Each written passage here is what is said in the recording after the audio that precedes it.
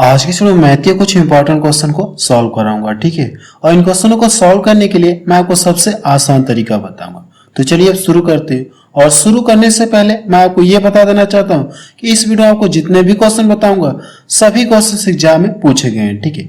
इस वीडियो में आपको जितने भी क्वेश्चन बताऊंगा सभी क्वेश्चन एग्जाम में पूछे गए। और मैं आपको यह बता देना चाहता हूँ कि कल की वीडियो में एक क्वेश्चन मिस्टेक हो गया, ठीक है। कल की वीडियो में एक क्वेश्चन मिस्टेक हो गया था, उस क्वेश्चन को यहाँ पे आपको करेक्शन करा दूंगा, ठीक है। तो चलिए अब शुरू करते हैं। चलिए क्वेश्चन में पहला देखा जाए, इसमें क्या दिया गया है। यदि 60 सेंटीमीटर परिमाप वाले एक आयत की आसन भुजाएं 3:2 के अनुपात में हो, इस आयत का क्षेत्रफल ज्ञात करें, ठीक है। देखिए हमको दिया क्या है, आयत की क्या दी है, जो भुजाएं हैं उनके बीच में रेशियो दिया है, यानी लंबाई और चौड़ाई के बीच का रेशियो दिया है। और ये क्या दिया, आयत का परिमाप दिया है। तो आयत का परिमाप बराबर होता क्या है, आयत का परिमाप बराबर क्या होता है, 2 ब्रैकेट में लंबाई प्लस चौड़ाई होता है। तो हम लोग क्या कर सकते हैं, लंबाई प्लस चौड़ाई क्या कर सकते, नहीं कर सकते, यहां से कर लीजिए। आयत का परिमाप बराबर क्या होता है, आप लिख लीजिए, आयत का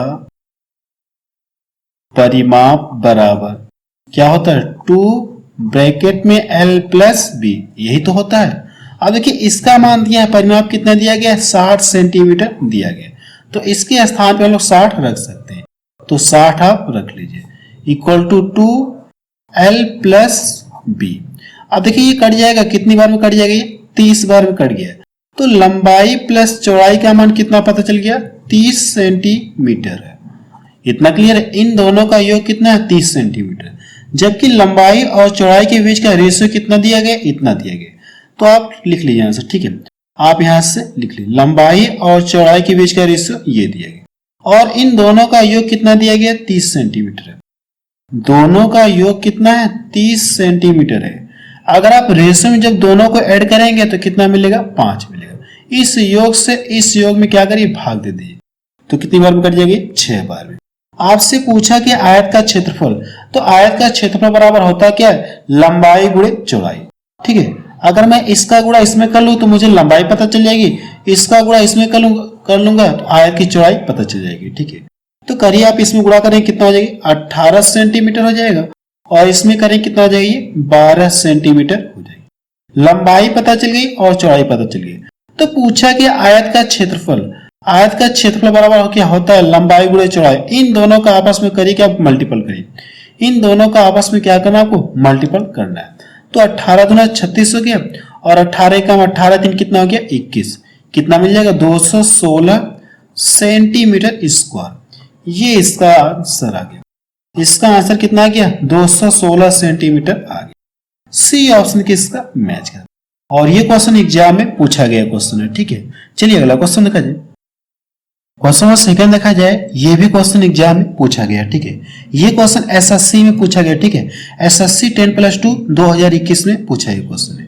इसमें देखिए क्या कहा गया, 9.5% की वार्षिक ब्याज दर पर 4 वर्ष के लिए उधार दी गई किसी निश्चित राशि पर साधारण ब्याज 12.5% की वार्षिक दर पर 3 वर्ष के लिए उधार ली गई समान राशि पर साधारण ब्याज से इतना रुपया, यानी 250 रुपये अधिक है। उधार ली गई राशि कितना है, इसमें आपसे ये पूछा गया। देखिए इस क्वेश्चन का मतलब क्या है, यहाँ पे जो 2-3-4 लाइन लिखी, इसका मतलब क्या है मैं बता रहा हूँ, ठीक है। कोई व्यक्ति है, कोई धन उधार ले रहा है, क्या करा वो, अगर वो इस रेट से ले रहा है और इतने वर्ष के लिए ले रहा है, ठीक है। इस रेट से ले रहा है और इतने वर्ष के लिए ले रहा है। अगर वही राशि, अगर क्या करे, वही राशि इस रेट से ले 12.5% के हिसाब से 3 वर्ष के लिए उधार ले, तो दोनों के ब्याजों में कितने रुपए का अंतर पाया गया, इतने रुपए का अंतर पाया गया। अधिक है या अंतर है, दोनों में इतने रुपए का अंतर पाया। तो पूछा क्या, उसने कितना धन उधार लिया। जो 4 लाइन लिखी, इसका मतलब यही जो मैंने आपको बताया। देखिए कैसे सॉल्व करेंगे मैं आपको बता रहा हूं। अगर आप करिए कि इसका गुणा इसमें कर लेंगे तो मुझे ये पता चल जाएगा कि 4 वर्ष में कुल ब्याज कितना बना, ठीक है। साधारण ब्याज में क्या होता है, ब्याज कांस्टेंट होता है। अगर इसका गुणा इसमें कर लीजिए तो 9.5 कितने से गुणा करना, आपको 4 से। जब इसमें आप गुणा करेंगे तो ये कितना मिल जाएगा, 4×5 = 20 हो जाएगा, और ये 4×9 = 36 तो कितना हो जाएगा, 38। कितना % ब्याज बनेगा, 38% ब्याज बनेगा। अगर इस रेट से देखा जाए 3 वर्षों में कितना ब्याज बनेगा, तो आप कर लीजिए 12.5 इंटू ये 3। जब इसका गुणा करेंगे तो कितना मिल जाएगा, 37.5। ठीक है, पहले वाले से देखिए इतना ब्याज मिल रहा है परसेंटेज में, और दूसरे वाले से इतना मिल रहा है। तो दोनों में अंतर क्या है, मतलब कितने का अंतर है दोनों में, 10.5 का अंतर है, 0.5% का अंतर है। और रुपए में कितने रुपए का अंतर है, इतने रुपए का अंतर है। ये रुपए में अंतर है और ये क्या परसेंटेज में अंतर है। अंतर दोनों, तो ये दोनों क्या होंगे, आपस में इक्वल हो जाएंगे। तो आप इक्वल कर लीजिए 225। अब करना क्या, आपको इससे क्या करिए, अब इसमें भाग दे दीजिए और इसमें करिए क्या, 100 से गुणा कर लीजिए। क्यों 100 से गुणा करें, क्योंकि जो भी धन रहा होगा वो अपने यहाँ पे 100% रहा होगा। अब इसका कैलकुलेशन करिए, आपको क्या आ जाएगा, आंसर आ जाएगा। देखिए दशमलव को हटाने के लिए हम लोग करें क्या, ऊपर नीचे 10 से क्या कर दे, गुणा कर दे। अब दशमलव यहाँ से क्या हो गया, हमारा फिनिश हो गया। ठीक है, अब ये 5 से इसको डिवाइड करेंगे तो 5 चौको 20 हो गया, और 2 इधर गया, 5 25। जब इन सभी का गुणा करेंगे तो कितने मिल जाएगा, 3 जीरो आगे लग जाएगा। यानी उधार ली गई राशि कितनी है, 45,000 रुपये है। तो बी ऑप्शन देखिए इसका मैच करा। चलिए अगला क्वेश्चन देखा जाए। क्वेश्चन थर्ड देखा जाए, इसमें क्या दिया गया है, दो धनात्मक संख्याओं का अनुपात 8:13 है। यदि उनके वर्गों का योगफल 2097 है, दोनों संख्याओं का योगफल ज्ञात करें। देखिए अगर दो संख्याएं रही होंगी, ठीक है, दो संख्या रहेंगी, किसी सेम संख्या से करने के बाद मुझे ये रेशियो मिला होगा। अगर सेम संख्या प्राप्त करना तो हम लोग करें क्या, सेम संख्या से इसमें गुणा करेंगे, सेम संख्या से इसमें गुणा करेंगे। तो हम लोग यहाँ पे कर ले रहे हैं, तो संख्याएं मुझे पता चल जाएगी। अगर सेम संख्या से इसमें गुणा कर दे रहा हूं और सेम संख्या से इसमें गुणा, यानी x से इसमें गुणा कर दे रहा हूं और x से इसमें गुणा कर दे रहा हूं, तो देखिए संख्याएं मुझे पता चली। अब देखिए कंडीशन क्या है, उनके वर्गों का योग कितना दिया, आपको इतना दिया। दोनों संख्याओं के वर्गों का योग इतना दिया। अब देखिए संख्याएं हैं, अगर मैं यहाँ पे वर्ग करूं, दोनों संख्याओं का वर्ग करूं तो ये कितना मिल जाएगा, 64, ये x स्क्वायर मिलेगा। इसका वर्ग करेंगे तो इसका कितना मिल जाएगा, 169 एक्स स्क्वायर, क्योंकि क्वेश्चन में क्या वर्गों का योग दिया है, तो हम लोग क्या करेंगे, यहाँ पे वर्ग करेंगे। अगर ये योग दिया है, ठीक है, तो यहाँ पे भी हम लोग क्या करेंगे, दोनों को ऐड करेंगे। जब आप दोनों को ऐड करेंगे तो कितना मिल जाएगा, 3 और ये 2 हो जाएगा। इतना क्लियर है। ये भी देखिए योग है और ये भी योग है, तो दोनों आपस में क्या हो जाएंगे, इक्वल हो जाएंगे। तो आप करिए क्या, इक्वल आप कर लीजिए। ठीक है, आप करिएगा इक्वल कर लीजिए 2097। अब इससे क्या करें, इसको जब डिवाइड करेंगे, यहां से जब इक्वल करेंगे तो x यहीं पे रहेगा और 233 इधर आके भाग हो जाएगी। 200 x तो यहीं पे रहेगा, x स्क्वायर यहीं पे रहेगा। ठीक है, x स्क्वायर हमारा यहीं पे रहेगा और 233 से क्या हो जाएगा, डिवाइड हो जाएगा। जब आप इसको डिवाइड करेंगे, देखिए ये 9 बार में कट जाएगा पूरा पूरा, तो x स्क्वायर बराबर कितना हो गया, 9। तो अगली लाइन से x बराबर कितना हो जाएगा, ये 3 हो जाएगा। x बराबर कितना मिल गया आपको, 3 मिल गया। अब देखिए मुझे x का मान पता चल गया, तो पूछा कि संख्याओं का योग पूछा, और संख्या देखिए यहाँ पे रेशियो में दिया है। अब देखिए संख्याओं का अगर योग पूछा तो आप क्या करिए, डायरेक्ट क्या करिए, दोनों को रेशियो में ऐड करिए। जब रेशियो में ऐड करेंगे तो 13 8 कितना हो जाएगा, 21 x हो जाएगा। और x का मान आपको पता है तो इसमें रख लीजिए। जब इसके स्थान पे कितना रखेंगे आप, 3 रखेंगे। जब 3 का गुणा करेंगे, 3 एकम 3 और 3 दूना कितना हो गया, 6। ये इसका आंसर है। दोनों संख्याओं का योगफल कितना होगा, दोनों संख्याओं का योगफल कितना होगा, 63 होगा। बी ऑप्शन के इसका मैच करा। चलिए अगला क्वेश्चन देखा जाए। क्वेश्चन नंबर 4 देखा जाए, इसमें क्या दिया गया है, जब धनात्मक पूर्णांक n को 12 से विभाजित किया जाता है तो शेषफल कितना मिल रहा है, 5 प्राप्त होता है। यदि 8n square plus 7 8n square plus 7 को 12 से विभाजित किया जाता है तो कितना शेषफल प्राप्त होगा, इसमें आपसे ये पूछा गया। देखिए अब यहाँ पे कहा क्या, जब धनात्मक पूर्णांक n को क्या करा, जब 12 से भाग दे रहा है तो शेष कितना प्राप्त हो रहा है, कितना प्राप्त हो रहा है, 5 प्राप्त हो रहा है।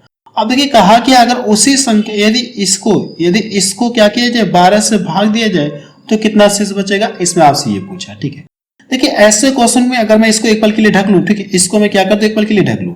अगर मैं करूं क्या, मेरा क्वेश्चन ये, यदि किसी, या ऐसे कर लूं, जब धनात्मक पूर्णांक n को 12 से विभाजित किया जाता है तो 5 शेष बचता है। उसी संख्या के स्क्वायर को जब उसी संख्या के वर्ग को 12 से भाग दिया जाए तो कितना शेष बचेगा। तो हम लोग ऐसे क्या करते हैं, जो भी अगर वर्क करेगा क्यूब करेगा तो हम लोग करते क्या, शेषफल का ही तो हम लोग वर्क क्यूब करते हैं, क्यों, यही तो करते हैं ना। ऐसे क्वेश्चन मैंने आपको सॉल्व करा रखा नंबर सिस्टम में, ठीक है। अभी आप इसको भूल जाइए, जब भी आप कहे क्या उस संख्या के वर्ग को अगर 12 से भाग दिया जाए तो कितना शेष बचेगा, तो हम लोग करते क्या, उस संख्या की वजह हम लोग करते क्या, शेषफल का ही क्या करते हैं, वर्ग कर लेते हैं या क्यूब कर लेते हैं, फिर उसमें हम लोग करते क्या, 12 से भाग देते हैं, ये तरीका है। लेकिन यहाँ पे ये वैल्यू आपको दे दिया है, तो हम लोग करें क्या, हम लोग जो n है, ठीक है, हम लोग क्या करेंगे, शेषफल का ही स्क्वायर कर दे रहे हैं। हम लोग कर क्या रहे हैं, शेषफल का हम लोग क्या कर दे, स्क्वायर करके इसमें ऐड कर रहे हैं, ठीक है। अब देखिए अगर आप करेंगे तो ये कितना 8 हो जाएगा, अगर आप इसका स्क्वायर करेंगे कितना मिल जाएगा, 25 मिलेगा। इतना क्लियर है। और 7 पहले से है, इसको क्या करना, आपको 12 से डिवाइड करना है। जब इसका गुणा करेंगे तो 25 बटे 200 हो जाएगा, और 200 में कितना जोड़ना है, आपको 7 जोड़ना है, तो कितना मिल जाएगा, ये 207। अब 12 से आपको डिवाइड करना है, ठीक है। या आप ऐसे भाग देके चेक कर सकते हैं, ठीक है, ऐसे भाग देके आप चेक कर सकते हैं, या डायरेक्ट आप भाग दे सकते हैं। अगर आप इसको भाग देंगे 12 का 12 हो गया, और ये 8 बच गया। अब ये भाग जाएगी नहीं, मैंने क्या कर दिया, 7 उतार दिया, तो 12 7 कितना होता है, 84, 84।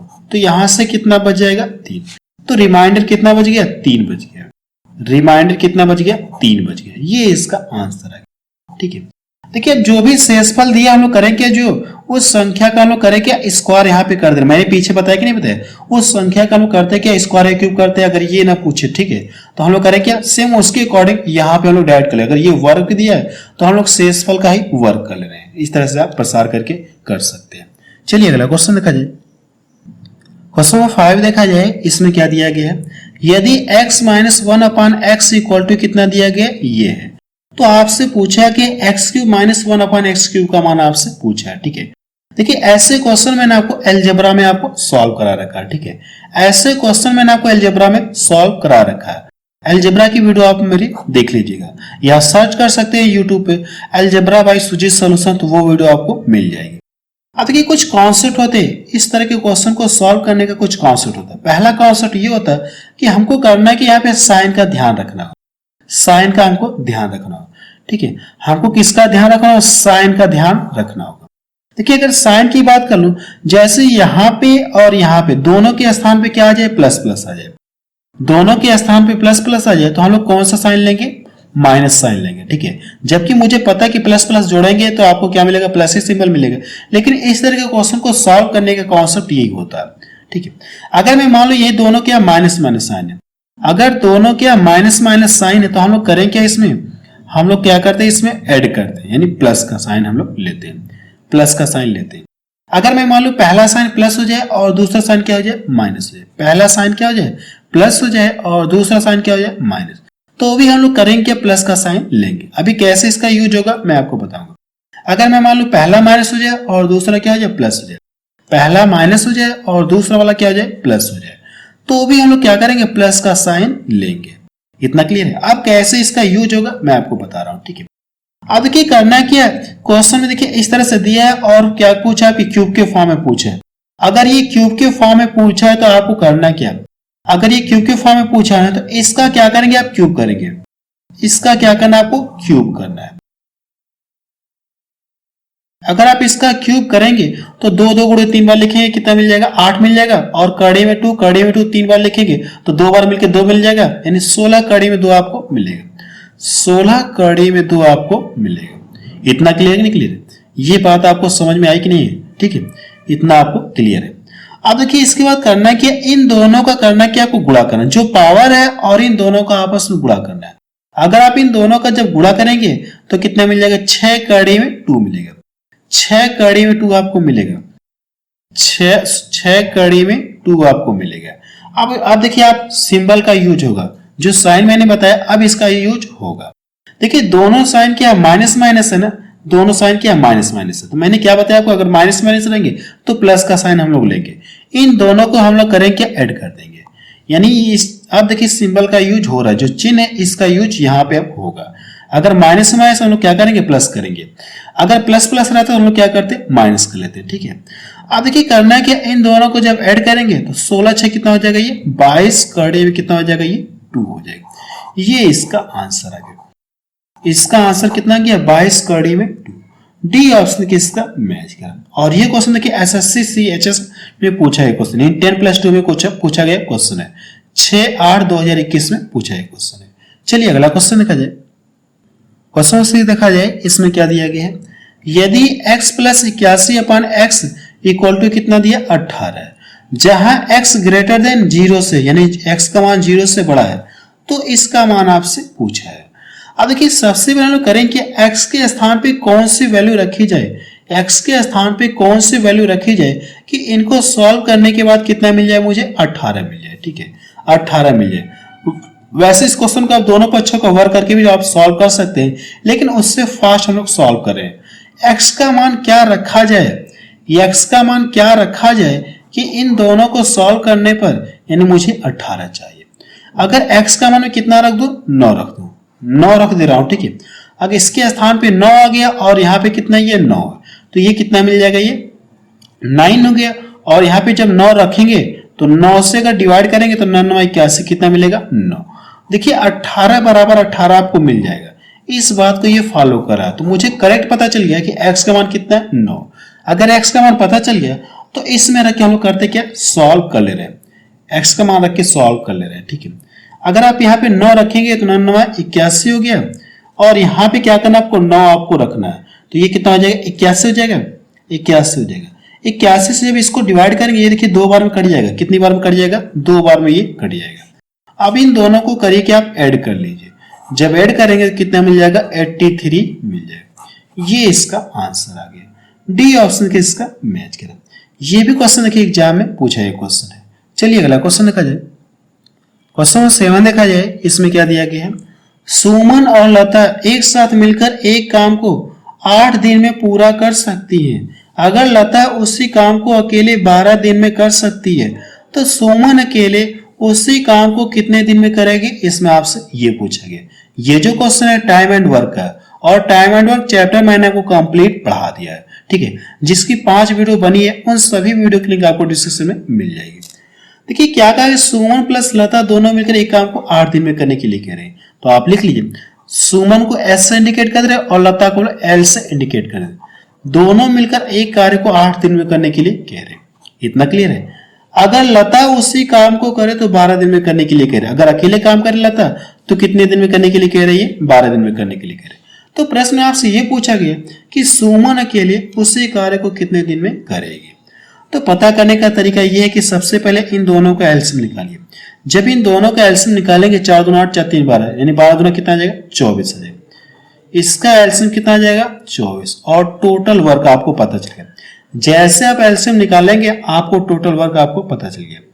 एलसीएम लेने के बाद करना है कि आपको इससे भाग देंगे, 3 बार जाएगा, इससे भाग देंगे 2 बार जाएगा। ऊपर देखेंगे अगर दोनों मिलकर एक दिन में 3 काम करें जबकि अकेली लता एक दिन में 2 काम करे, अगर मैं इसको यहां से घटा लूं तो मुझे यह पता चल जाएगा कि सुमन एक दिन में कितना काम करे, 1 काम करे, और करना कितना है, इतना काम करना है। तो आप यहां से लिख लीजिए सुमन द्वारा अगर टोटल कार्य करवाना हो तो कितने दिन ये लेगी, 24 दिन का समय लेगी। अगर टोटल कार्य सुमन करेगी तो कितने दिन का टाइम लेगी, 24 दिन का टाइम लेगी।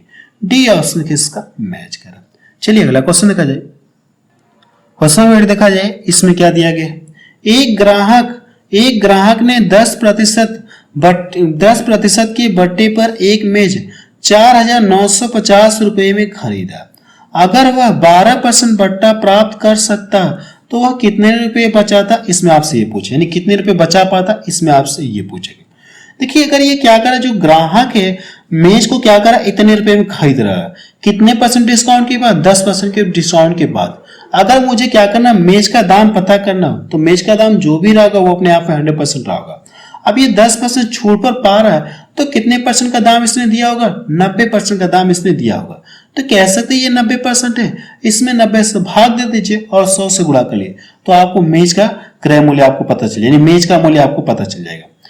ये कितना 4950। मैंने क्या बताया आपको, 90 से भाग दे दीजिए और 100 से गुणा कर लिए तो मेज का क्रय मूल्य आपको पता चल, यानी मेज का मूल्य आपको पता चल जाएगा। देखिए ये 0 से 0 कट गया, इसको डिवाइड कर दूं, 9 पच्चे कितना हो जाएगा 45 हो गया और 9 पच्चे 45। अब इन दोनों का जब आपस में मल्टीपल करेंगे तो कितना मिल जाएगा, ये 5500। यानी ये मुझे क्या पता चल गया, मेज का सीपी यानी क्या पता चल गया, मेज का जो मूल्य है वो पता चल गया। मेज का मूल्य कितना, इतना रुपया है। अब क्या कहा गया, अगर वो 12% क्या करता, डिस्काउंट प्राप्त करता। ठीक है, पहले कितना 10% डिस्काउंट प्राप्त कर रहा था, अगर वो करे क्या 12% डिस्काउंट प्राप्त करे तो मेज का मूल्य आपको पता चल गया। अब ये चाह क्या रहा 12% का दाम, तो ये मेज का मूल्य अपने आप 100% है, तो इसका करेंगे आप 100 में से अगर 12 घटाएंगे तो दाम कितने का लेगा, ये 88% का ये दाम लेगा। ये 00 से 00 कट गया। अब इन दोनों का आपस में करिए कि आप मल्टीपल कर लीजिए। जब इन दोनों का आपस में मल्टीपल करेंगे तो कितना मिल जाएगा, ये 4840 आपको मिलेगा, इतना आपको मिलेगा। इतना क्लियर है। अब देखिए क्या करेगा, यानी 12% डिस्काउंट के बाद इतने रुपए में मेज बिकेगा। पहले मेज कितने रुपए में बिक रहा था, 10% पर इतने रुपए में बिक रहा था। पहले मेज इतने रुपए में बिक रहा था 10% पर, 12% के बाद इतने रुपए में बिक रहा, तो वह कितने रुपए बचा पाता, इसमें आपसे ये पूछा। अब इसको क्या कि आप घटा लीजिए। अगर आप घटाएंगे तो ये कितना मिल जाएगा, ये पीछे से घटाइए 0 मिल जाएगा, ये 1 मिल जाएगा। कितना रुपए बचा पाता, वो 111 रुपए वो बचा पाता। 10% की वजह अगर वो 12% बट्टा प्राप्त करे तो कितने रुपए बचाएगा, वो 110 रुपए वो बचाएगा। तो देखिए पहला ऑप्शन इसका मैच करा। चलिए अगला क्वेश्चन देखा जाए। क्वेश्चन नंबर 9 देखा जाए, इसमें क्या दिया गया है, अमित ने 8000 रुपए अंकित मूल्य वाली लेखन सामग्री 12% बट्टे पर खरीदी तथा परिवहन पर 160 रुपए व्यय किए। उसने इस लेखन सामग्री को अंकित मूल्य पर बेचा, उसका लाभ प्रतिशत ज्ञात करें। देखिए वो कर क्या है, जो अंकित मूल्य है, ठीक है, अमित क्या कर रहा है, अंकित मूल्य वाली ये वस्तु है, इससे 12% डिस्काउंट के बाद ये खरीद रहा है और इसका परिवहन में इतने रुपए खर्च हो गया। अब ये चाह क्या रहा है, वस्तु को ये खरीद के लाया, तो जितना रुपये इसका प्रिंट है वो प्रिंट पे क्या कर दिया, वस्तु को बेच दिया, तो उसे कितने % का लाभ हुआ, इसमें आपसे यही पूछा गया। देखिए करना क्या, सबसे पहले अगर ये अंकित मूल्य अपने आप 100% है, 12% बट्टा के साथ ये खरीद रहा है, तो दाम कितने का लगेगा, 88% का। इसका करिए कि आप 88% आप निकालिए। 8000 का क्या करिए आप 88% आप निकालिए, बटा कितना हो गया, 100 हो गया। ये देखिए 00 से ये 00 कट गया। अब इन दोनों का आपस में गुणा कर लिए, या आप डायरेक्ट यहीं पे 100 रुपए और जोड़ लिए, इसका क्या हो गया 160 रुपए और व्यय हुआ था ना, आप क्या रही क्या इसमें 160 रुपए डायरेक्ट यहीं पे और जोड़ लीजिए। ठीक, अगली लाइन में जोड़ सकते थे लेकिन मैं यहीं पे जोड़ दे रहा हूं। अब इन दोनों का जब आपस में गुणा करेंगे तो कितना मिल जाएगा, ये 864 हो जाएगा और ये 864 और ये कितना हो जाएगा 70, ये 0 आपका बचा। अब इन दोनों को जोड़ लेंगे तो कितना मिल जाएगा, ये कितना मिल जाएगा, इन दोनों को जोड़िए 0 हो गया, 6 4 10 हो गया और ये 2 हो जाएगा, ये 7। यानी अमित को कुल लागत मूल्य कितना पता चल गया, इतना। अमित का जो लागत कुल लग गया इतना, ठीक है, अमित की जो कुल लागत इतना पड़ गया, यानी उसे इतने रुपए में कुल पड़ गया। अब देखिए वो कर क्या रहा है, वो अंकित मूल्य पर ही क्या कर रहा है, बेच रहा है। जो अंकित मूल्य है उतने ही रुपए पे क्या कर रहा है, सेलिंग प्राइस यानी क्या कर रहा है, ये बेच रहा है। 8000 रुपए पे ही बेचा है, यानी खरीदा इसने इतने रुपए में, ठीक है, ये परिवहन वाला चार्ज लेकर के खरीदा इसने इतने रुपए में और बेच रहा है इतने रुपए में सेलिंग प्राइस पे। अगर देखा है तो रुपए में कितने रुपए का लाभ हो रहा है, इससे 800 रुपए का लाभ हो रहा है। इसी लाभ को क्या बताना, आपको प्रतिशत में बताना है। तो प्रतिशत लाभ बराबर होता है कि लाभ बटे क्रय मूल्य, क्रय मूल्य आपको पता है, लाभ बटे क्रय मूल्य और इनटू क्या होता है 100 होता है। ये देखिए इससे कट जाएगा, ये इसको डिवाइड कर दो 8 9 72। अगर आप इसको डिवाइड करेंगे तो 11 सही 1/9% का उससे क्या हो गया, लाभ हो गया। ये इसका आंसर आ गया। तो पहला ऑप्शन के इसका मैच करा। चलिए अगला क्वेश्चन देखा जाए। चलिए क्वेश्चन में 11 देखा जाए, इसमें क्या दिया गया, और यही क्वेश्चन था जो कल की वीडियो में मिस्टेक हुआ था, ठीक है, यहाँ पे आपको करेक्शन करा दे रहा हूं। देखिए इस क्वेश्चन में क्या कहा गया, ताजे फल में पानी की मात्रा 68% तथा सूखे फल में 20% क्या पानी है। तो पूछा कि आपसे 100 केजी ताजे फलों से कितना सूखा फल प्राप्त किया जा सकता है, इसमें आपसे ये पूछा है। अब इस क्वेश्चन को हम क्या करें, सेम पीछे वाले की तरह सॉल्व करेंगे, उसी कॉन्सेप्ट के आधार पर हम लोग इसको सॉल्व करेंगे। अब देखिए अगर मैं मान लो ये ताजा फल है, ठीक है, ताजा फल है, अगर इसमें क्या 68% पानी है तो फल की मात्रा कितनी होगी, इसमें फल की मात्रा कितनी होगी, 100 में से करिए घटा लीजिए। जो भी फल है ताजा फल वो अपने आप में 100% होगा, उसमें अगर 68% पानी है तो फल की मात्रा कितनी होगी, 32% क्या होगी, फल की मात्रा होगी। अब ये कहा गया सूखे फल में, अगर मैं मान लीजिए क्या सूखा फल है, ये क्या है सूखा फल है, इसमें देखिए क्या सूखे फल में कितना है ये इतना क्या है ये सूखे फल में पानी की मात्रा कितनी है 20% है। तो इसमें फल की मात्रा सूखे फल की मात्रा कितनी होगी 80% होगी। इतना क्लियर नहीं क्लियर, इतना आपको क्लियर है। अब देखिए कहा क्या 100 केजी ताजे फलों में कितना सूखा फल प्राप्त होगा। अगर देखा जाए ताजे फल में, देखिए ताजे फल में फल की मात्रा कितनी 32% है। तो ये 100 केजी है ना, तो इसका करिए कि आप 32% आप निकाल लीजिए 32%। इतना क्लियर है। फिर क्या कहा गया सूखे फल में जो सूखा फल बचा होगा, ठीक है, जो सूखा फल होगा उसमें देखिए उसमें फल की मात्रा कितनी 80%। सूखे फल में फल की मात्रा कितनी 80% है। तो कितने सूखे फल में 80% मात्रा होगी, इसमें आपसे ये पूछा है। कितने केजी फल में सूखे फल की मात्रा 80% होगी, इसमें आपसे ये पूछा है। एक बार आपको फिर से बता रहा हूं, कितने फल में सूखे फल की मात्रा 80% होगी, इसमें आपसे ये पूछा है। ठीक है, हम लोग मान लें कितने केजी में x केजी में, और ये मात्रा कितनी है फल की मात्रा कितनी है 80% फल की मात्रा है। देखिए क्या है, हम लोग मान लें कितने x केजी में सूखे फल की मात्रा कितनी है इतना है 80%, कितने केजी में वही आपको बताना। तो यहां से दोनों को करके आप इक्वल कर लीजिए। अब देखिए प्रतिशत से प्रतिशत कट गया, 0 से ये 0 कट गया, इसको डिवाइड कर दो, ये 8 चौक 32 हो गया। तो x इक्वल टू कितना हो गई 40 केजी। एक बार आपको फिर से बता देना चाहता हूं कि इसमें मैंने क्या बताया आपको। ठीक है, आंसर तो आ गया, लेकिन एक बार आपको फिर से समझा देना चाहता हूं। देखिए इसमें यही कहा गया ताजे फल में पानी की मात्रा 68% है, तो फल की मात्रा कितनी होगी 32% क्या होगा फल होगा। ये क्लियर नहीं क्लियर है। अब देखिए सूखे फल की बात करें तो सूखे फल में अगर 20% पानी है तो फल की मात्रा कितनी होगी, फल की मात्रा कितनी होगी 80% क्या होगी फल होगा। तो इसमें आपसे ये पूछा है 100 किग्रा ताजे फलों से कितना सूखा फल प्राप्त किया जा सकता है, इसमें आपसे ये पूछा है। हम लोग यहाँ पे देखिए 100 केजी की बात कर रहे हैं, तो 100 केजी में ये कितना 32% क्या सूखा फल, यानी 32 केजी क्या है फल है। 32 केजी क्या हो जाएगा 68% पानी है, तो फल की मात्रा कितनी 32% सूखे फल में, सॉरी ताजे फल में है कि नहीं 32%। तो ये क्या ताजा फल है कि नहीं, तो इसका करिए क्या 32% मैंने निकाल लिया। अब आपको ये बताना है कि 80% जो फल है ये कितने केजी में प्राप्त होगा, इसमें आपको यही बताना। हम लोग मान लें कितने केजी में प्राप्त होगा, ये x केजी में प्राप्त होगा।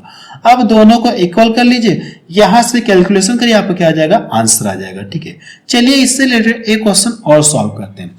चलिए क्वेश्चन में 12 देखा जाए, सेम पीछे वाले की तरह हम लोग सॉल्व करेंगे। ताजे फल में पानी की मात्रा 70% है तथा सूखे फल में 50% है। अब यहाँ पे थोड़ा करेक्शन कर लीजिए, ये क्वेश्चन में जो 30 केजी दिया था, ठीक है, ये कितना दिया था, ये 30 केजी। 30 केजी ताजे फलों से कितना सूखा फल प्राप्त किया जा सकता है, इसमें आपसे ये पूछा गया है। देखिए और ऑप्शन आपको दिया है, तो सेम पीछे वाले की तरह सॉल्व करेंगे। अगर देखिए जो भी ताजा फल है इसमें पानी की मात्रा 70% है, तो फल की मात्रा इसमें कितनी होगी, फल की मात्रा कितनी होगी, इसमें 30% क्या होगा फल की मात्रा होगी। इतना क्लियर है। अब देखिए सूखे फल की बात कर लीजिए, अगर ये जो भी सूखा फल है ये अपने आप में क्या होगा 100% होगा। 100% है कि नहीं, ये सूखा फल अपने आप में 100%। अगर इसमें 50% पानी है तो फल की मात्रा कितनी होगी 50% क्या होगा फल होगा। फल की मात्रा कितनी होगी 50% फल होगा। अब देखिए पूछा कि आपसे 30 केजी में ना, तो 30 केजी में आप यहां से कर लीजिए। 30 केजी में यहां से देखिए फल की मात्रा कितनी है 30% है, तो इसका करिए कि आप 30% आप निकाल लीजिए। सूखा फल की मात्रा यानी फल की मात्रा कितनी है 30 है, तो मैंने यहाँ पे लिख दिया। अब ये कहा कि आपसे ये जानना चाह रहा है कि 50% फल 50% जो फल की मात्रा कितने केजी में होगी, इसमें आपको ये बताना। 50% जो फल की मात्रा कितने केजी में होगी, इसमें आपको ये बताना। हम लोग मान लें कितने x केजी में होगी 50% फल की मात्रा। यहां से दोनों को इक्वल कर लीजिए। अब करिए कि आप कैलकुलेशन करिए, तो ये देखिए परसेंट से परसेंट कट गया, 0 से 0 कट गया। इसको डिवाइड कर दो, 5 छक्का 30 हो गया। अब इन दोनों का गुणा कर लो तो x इक्वल टू कितना आ जाएगा 6×3=18 केजी। 6×3=18 केजी, ये इसका आंसर आ गया। ठीक है, आपका आंसर कितना गया 18। सी ऑप्शन देखिए इसका मैच करा। देखिए इस तरह के क्वेश्चन को हम लोग दो तरीके से और सॉल्व कर सकते हैं। दो तरीके से और सॉल्व कर सकते हैं, लेकिन वो दोनों तरीका मैं आपको नहीं बता रहा हूं, ठीक है, क्योंकि आपको कंफ्यूजन हो जाएगी। इसलिए जो मैंने क्या बताया आपको, जो सबसे अच्छा तरीका है वो आपको बताया। करेंगे क्या, इस तरह से आप डायरेक्ट यहां से गुणा करेंगे और इसका जो भी मात्रा है उसमें हम लोग मान लें कितना x kg, इस तरह से कैलकुलेशन कर लीजिएगा, आपको क्या आ जाएगा, आंसर आ जाएगा। बस अब रहने देना, क्योंकि वीडियो के लिए बहुत ज्यादा होगी।